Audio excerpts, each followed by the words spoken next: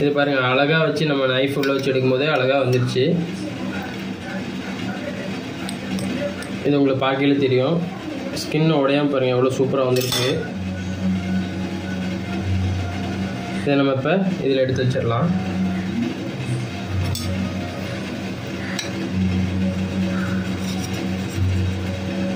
அதே மாதிரி தான் பார்த்தீங்கன்னா எல்லா கேக்கையும் எடுக்க போகிறோம். ஹலோ, வணக்கம் மக்களே, welcome back to our channel Syed SK. நான் தான் உங்கள் சதீஷ் பேசுகிறேன். இன்றைக்கி நம்ம வீடியோவில் என்ன பார்க்க போகிறோம் அப்படின்னு பார்த்தீங்கன்னா, மாவா கேக் எப்படி பண்ணுறது அப்படின்னு தான் பார்க்க போகிறோம். ஒரு சில பேருக்கு மாவா கேக்குன்னு என்னென்னு தெரியாமல் இருக்கலாம். மாவா கேக் அப்படிங்கிறது ஆக்சுவலாக என்னென்னு பார்த்தீங்கன்னா, ஸ்வீட்டில் கோவா வருது இல்லைங்களா, அது போல் வந்து கேக்கில் வந்து மாவா வாங்க. அது எப்படி பண்ணுறது என்னன்னு சொல்லிட்டு வீடியோவில் பார்க்கலாம் டீட்டெயிலாக.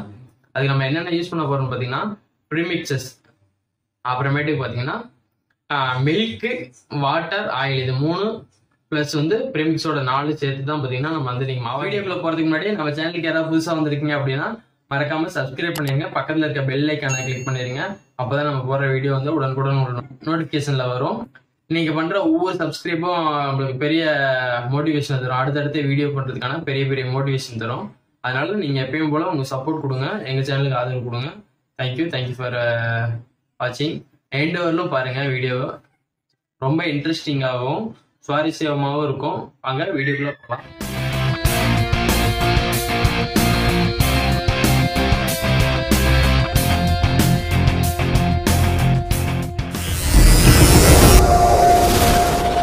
நம்ம வந்து 2.5 கப் வந்து ப்ரீமிக்சஸ் கொட்டிக்க போகிறோம். மாவா ப்ரீமிக்சஸ்ஸு ஃபஸ்ட்டு வந்து பார்த்திங்கன்னா 2 கப்பு கொட்டியிருக்கேன். இதில் வந்து 1/2 கப்பு, டோட்டலாக பார்த்திங்கன்னா 2.5 கப்பு.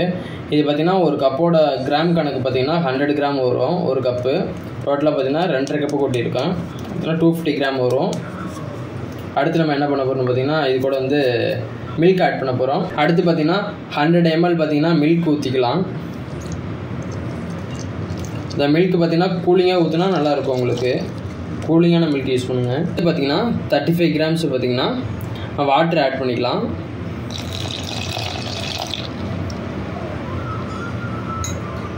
நெக்ஸ்ட்டு பார்த்திங்கன்னா 150 கிராம் பார்த்திங்கன்னா ரீஃபண்ட் ஆயில்.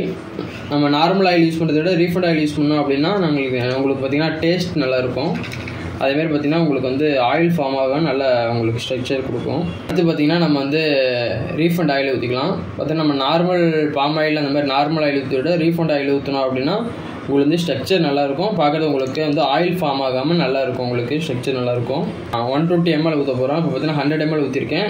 25 ml வந்து ஆயில் ஊற்றியாச்சு. எப்படி நம்ம மிக்ஸ் பண்ண போகிறோம் அப்படின்னு பார்த்தீங்கன்னா, ஸ்லோ ஸ்பீடில் பார்த்தீங்கன்னா 1 நிமிஷம். இது பார்த்தீங்கன்னா எல்லாத்தையும் வந்து ப்ராப்பராக மிக்ஸ் ஆகிற அளவு ஸ்லோ ஸ்பீடில் போட போகிறோம் 1 நிமிஷத்துக்கு. அடுத்து நம்ம என்ன பண்ண போகிறோம் பார்த்தீங்கன்னா, 3வது ஸ்பீட் 3rd கியரில் பார்த்தீங்கன்னா 3 நிமிஷம் ஓட்ட போகிறோம். மொத்த ப்ராசஸ்ஸு இதோட ப்ராசஸ்ஸே அவ்வளோதான். வாங்க அது எப்படி மிக்ஸ் பண்ணுறேன்னு சொல்லிட்டு பார்க்கலாம். இப்போ பார்த்தீங்கன்னா ஃபஸ்ட்டு கியரில் வந்து ஸ்டார்ட் பண்ண போகிறேன். ஃபஸ்ட்டு கியரில் 1 நிமிஷம் போட்டு மிக்ஸ் பண்ணியாச்சு. அடுத்து பார்த்தீங்கன்னா டேரெக்டாக 3rd கியரில் போடுறோம், நல்லா ஸ்பீடாக வர மாதிரி.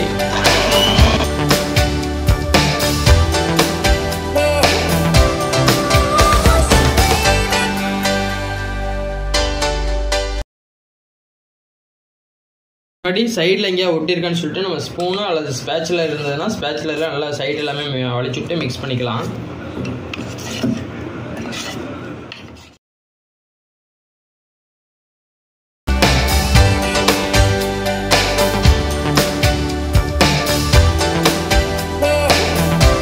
பேட்டர் பார்த்தீங்கன்னாலே தெரியும். இந்த பேட்டர் பார்த்தீங்கன்னா ஸ்டார்டிங்கில் நம்ம வந்து மிக்ஸ் பண்ண ஆரம்பிச்சதை விட இப்போ எந்தளவுக்கு வந்து ரைஸ் ஆகிருக்குன்னு சொல்லிட்டு பேட்டர் பார்த்தீங்கன்னா நல்லா ஓடணும். எந்தளவுக்கு நல்லா ப்ராப்பராக ஓடுதோ அந்தளவுக்கு வந்து பார்த்தீங்கன்னா உங்களுக்கு சாஃப்ட்னஸ் ப்ளஸ் வந்து ஹைட் நல்லா கிடைக்கும். 1 நிமிஷம் ஸ்லோ ஸ்பீட்லேயும் 3 நிமிஷம் வந்து ஹை ஸ்பீட்லேயும் ஓட்டணும். ஹேண்ட் பீட்டரில் யூஸ் பண்ணுற மாதிரி இருந்தால். இதே நம்ம மிஷினில் யூஸ் பண்ணுறோம் அப்படின்னா, பெரிய மிஷினில் வந்து யூஸ் பண்ணுறோம் அப்படின்னா 1 நிமிஷம் ஸ்லோ ஸ்பீட்லேயும் 3 நிமிஷம் மீடியம் ஸ்பீட்லேயும் ஓட்டணும். 1 2 3ன்னு 3 கீர் இருக்கும். 2வது கீரில் பார்த்தீங்கன்னா 3 நிமிஷம் ஓட்டணும். இது ஹேண்ட் பீட்ரு அப்படிங்கிறதுனால பார்த்தீங்கன்னா நம்ம வந்து ஹை ஸ்பீடில் 3 நிமிஷம் ஓட்டி. இட்லி பாத்திரம் எடுத்துருக்கேன்னு சொல்லி பார்க்குறீங்களா? இட்லி தட்டில் தான் நீங்கள் நம்ம வந்து கேக் பண்ண போகிறோம். இட்லி தட்டில் பண்ணிவிட்டு இட்லி கேக் பண்ண போகிறோம். இது வந்து எதுக்கு இப்படி தடவிட்டு இருக்குன்னு பார்த்தீங்கன்னா, ஆயில் அப்ளை பண்ணியிருக்கேன். ஆயிலை டச் பண்ணிவிட்டு பண்ணும்போது பார்த்தீங்கன்னா உங்களுக்கு இது வந்து ஒட்டாமல் இருக்கும். கேக் வந்து பேக்கே வரும்போது பாத்திரத்தில் கேக் ஒட்டாமல் இருக்கும். அதுதான் வந்து ஆயில் அப்ளை பண்ணுறேன். நீங்களும் இந்த மாதிரி யூஸ் பண்ணுங்கள், நல்லாயிருக்கும். கீழே வந்து பட்டர் சீட் உங்ககிட்ட இருக்குது அப்படின்னா பட்டர் சீட் போட்டுனாலும் இந்த ரவுண்டு ஹோல்ஸ்க்கு வந்து பட்டர் சீட் போட்டுனாலும் போட்டுக்கலாம். அப்படி இல்லாத பட்சத்துக்கு பார்த்தீங்கன்னா ஆயில் அப்ளை பண்ணிக்கலாம். ஏன்னா இந்த பாத்திரத்துக்கு பார்த்தீங்கன்னா உங்களுக்கு வந்து அது ஒட்டாமல் தான் வரும். கேக் பேக் பண்ணுறதுக்கு ஃபஸ்ட்டு பார்த்தீங்கன்னா இட்லி கோப்பரில் சுடு தண்ணி ரெடி பண்ணி வச்சிடலாம். நல்லா வந்து கொதிக்கிற அளவுக்கு கொதிக்க வச்சுட்டு அந்தளவுக்கு நல்லா ஹீட் பண்ணிவிட்டு நம்ம ரெடி பண்ணி வச்சுக்கலாம். அடுத்து பார்த்தீங்கன்னா இட்லி கோப்பரில் வந்து மாவை ஊற்றிட்டு உள்ள ஸ்டெப்பாக வச்சு நம்ம பேக் பண்ண ஆரம்பிச்சிடலாம். இது வந்து நம்ம வந்து தண்ணி ஹீட் பண்ணிட்டு தான் பண்ணணும். அப்படி ஹீட் பண்ணாமல் பண்ணணும் அப்படின்னு பார்த்தீங்கன்னா சரியாக வேகாது. இது பேர் வந்து ப்ரீ ஹீட்னு சொல்லுவாங்க. முன்னாடி நம்ம கேக் பேக் பண்ண ஆரம்பிக்கிறதுக்கு முன்னாடி பார்த்தீங்கன்னா ப்ரீ ஹீட் பண்ணிடணும் கம்பல்சரி. அடுத்து நம்ம பார்த்தீங்கன்னா அந்த மாவு எடுத்து இட்லி தட்டில் வந்து ஊற்றிடலாம். இது எப்பவும் பார்த்தீங்கன்னா இட்லி ஊற்றுற மாதிரி ஃபுல்லாக ஊற்றக்கூடாது. இது வந்து கேக் பேட்டர்னால பார்த்தீங்கன்னா முக்கால் தான் ஊற்றணும். முக்கால்வாசி ஊற்றணும் அப்படின்னா உங்களுக்கு வந்து அது ஃபுல்லாகிடும்.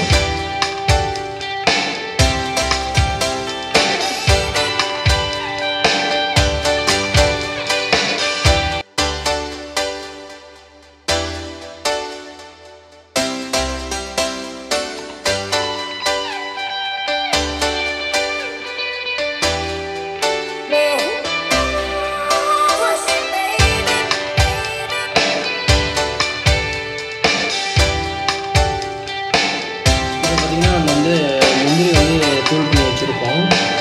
அதை வந்து இது மேலே டாப்பிங் பண்ணிக்கலாம்.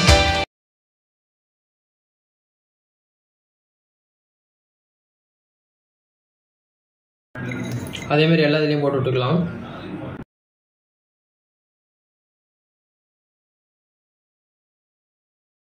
என்ன பண்ண போகிறோம்னு பார்த்தீங்கன்னா அந்த பேட்டரை ஊற்றி வச்சுருக்க பேட்டரை வந்து நம்ம வந்து இட்லி கோப்பரில் வந்து இறக்கிடலாம். இப்போ நம்ம அதை எடுத்து ஊற்றி வச்சுருக்க இதை பார்த்திங்கன்னா எடுத்து நம்ம உள்ளே இறக்கிடலாம்.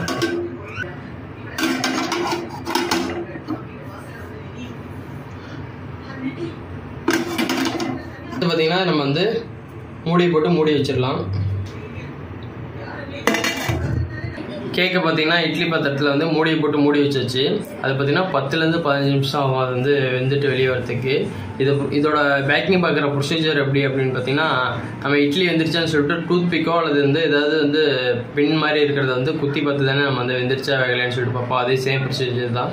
நீங்கள் டூத் பிக் வச்சு சென்டரில் அதில் வந்து குத்தும் போது பார்த்தீங்கன்னா டூத் பிக்கில் அந்த மாவு ஒட்டிக்கிட்டே வந்தது அப்படின்னா வேகலைன்னு அர்த்தம். ஒட்டாமல் நல்லா வந்து நார்மலாக ஷைனிங்காக வந்துடுச்சு அப்படின்னா அது வெந்துருச்சுன்னு அர்த்தம். அதுக்கப்புறம் எடுத்துகிட்டு நம்ம வந்து டீமோல்ட் பண்ணிவிட்டு ஆரம்பிச்சு பார்த்திங்கன்னா 1/4 மணி நேரம் ஆகுது. 1/4 மணி நேரம் முடிஞ்சிடுச்சு. ஓப்பன் பண்ணி பார்க்கலாம் எந்தளவுக்கு வெந்திருக்கு அப்படின்ட்டு. வந்து வெந்திருக்குன்னு தான் நினைக்கிறேன். வாங்க பார்த்தலாம் எப்படி இருக்குன்ட்டு.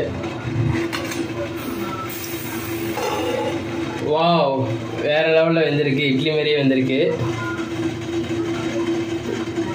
இது பார்த்தீங்கன்னா பார்க்கும்போதே பார்த்தீங்கன்னா உங்களுக்கு எதுனா இட்லியா இல்லை கேக்கான்னு ஒரு சந்தேகம் வரலாம். அஃப்கோர்ஸ் இது வந்து பார்த்தீங்கன்னா நம்ம பண்ண கேக்கு தான். இதில் பார்த்தீங்கன்னா உங்களுக்கு நல்லா தெளிவாக தெரியும். இது வெந்திரிச்சா வேகலைன்னு எப்படி பார்க்குறது பார்த்தீங்கன்னா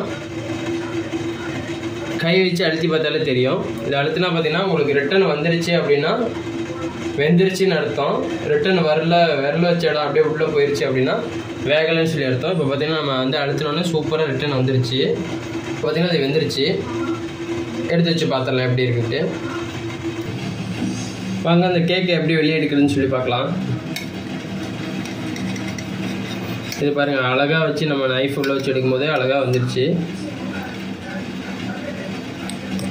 இது உங்களுக்கு பார்க்கல தெரியும்.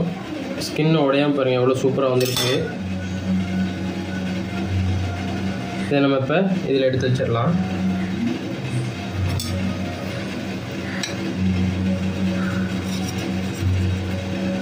அதே மாதிரி தான் பார்த்திங்கன்னா எல்லா கேக்கையும் எடுக்க போகிறோம். சைடில் லேசாக வந்து அமுக்கி விட்டு ஓப்பன் பண்ணி எடுத்துடலாம்.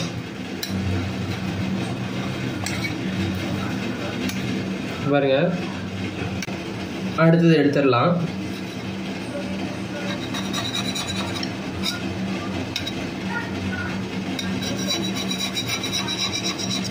இந்த ஒட்டி இருக்க நுனியை மட்டும் லேசாக எடுத்துட்டோம்னா அது அழகாக வந்துடும். நம்ம கையை வைக்க தேவையில்லை. இது பாருங்கள் எவ்வளோ சூப்பராக எடுத்தாச்சு நைஃப்லேயே.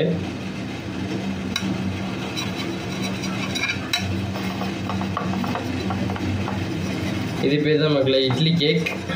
இல்லை உங்கள் சில்ட்ரன்ஸ்லாம் பார்த்தீங்கன்னா கேக் வேணும்னு சொல்லி கேட்டாங்கன்னா நீங்கள் ஒரு 20 மினிட்ஸ் வந்து டைம் ஸ்பெண்ட் பண்ணிங்கன்னா அழகாக வீட்டிலே கேக் பண்ணி கொடுத்துடலாம். இது பார்த்தீங்கன்னா முழுக்க பார்த்தீங்கன்னா ஹோம்மேட்டில் பண்ணது. ஹோம் பேக்கர்ஸுங்களுக்கு ரொம்ப யூஸ்ஃபுல்லாக இருக்கும். இதுதான் மக்களே இட்லி கேக்கு. மாவா கேக்கில் நம்ம இட்லி கொப்பரில் வந்து வேக வச்சு எடுத்து இட்லி கொப்பரில் கேக் பண்ணியாச்சு. நீங்களே இது போல் ட்ரை பண்ணி பார்த்துட்டு எப்படி இருக்கு என்னன்னு சொல்லிட்டு உங்கள் ஃபீட்பேக்கை நம்ம கமெண்ட் தான் மக்களே. நம்ம இந்த வீடியோட எண்டுக்கு வந்துட்டோம். உங்களுக்கு இந்த வீடியோ பிடிச்சிருக்குன்னு சொல்லி நினைக்கிறேன். அப்படி உங்களுக்கு வீடியோ பிடிச்சிருந்ததுன்னா லைக் பண்ணுங்கள், கமெண்ட் பண்ணுங்கள், சப்ஸ்கிரைப் பண்ணுங்கள், மறக்காமல் பெல் ஐக்கானை கிளிக் பண்ணிடுங்க. அப்போ தான் உங்களுக்கு நாங்கள் போடுற வீடியோ நோட்டிஃபிகேஷனில் வரும். வீடியோ கடைசி வரலும் பார்த்ததுக்கு மிக்க நன்றி. தேங்க்யூ ஃபார் வாட்சிங்.